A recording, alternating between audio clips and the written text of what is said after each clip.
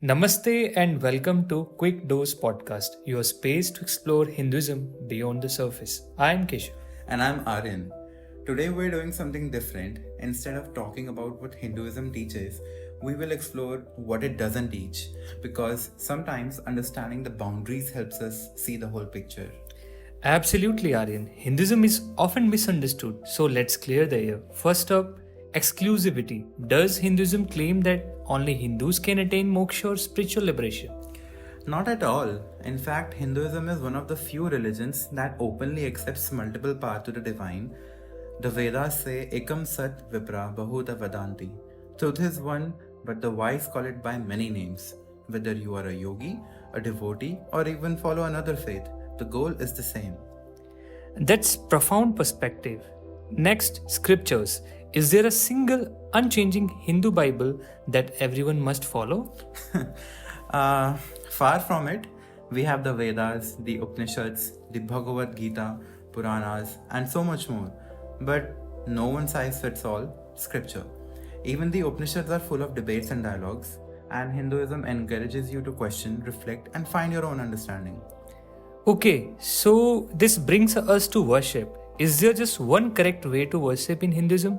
Not even close. You might see someone chanting the bhajans and another person deep in meditations, and someone else serving the poor as their form of worship.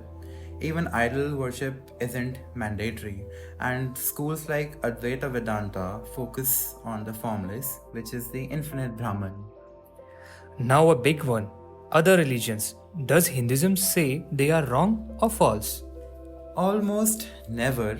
Hinduism has historically coexisted with Buddhism, Jainism, Sikhism, and others.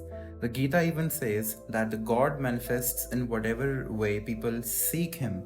And unlike some faiths, Hinduism does not even believe in forced conversions, and your spiritual journey is your own, which is called Swadharma. What about Hindu myths and epics?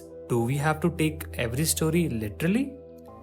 Not necessarily. Stories like Ramayana or Krishna's Leelas can be taken literally, but they are also packed with deeper symbolism. For example, the avatars aren't just historical figures; they represent the divine principles descending to restore balance.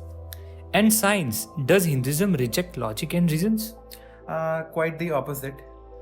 Ancient Hindus made huge strides in maths, astronomy, and even surgery. But schools like Nyaya, which is called logic, and Vaisheshika, which is atomism, these were all about rational inquiry. So Hinduism has always valued both spirituality and science. Now, the caste system. Is it a divine, unchangeable law?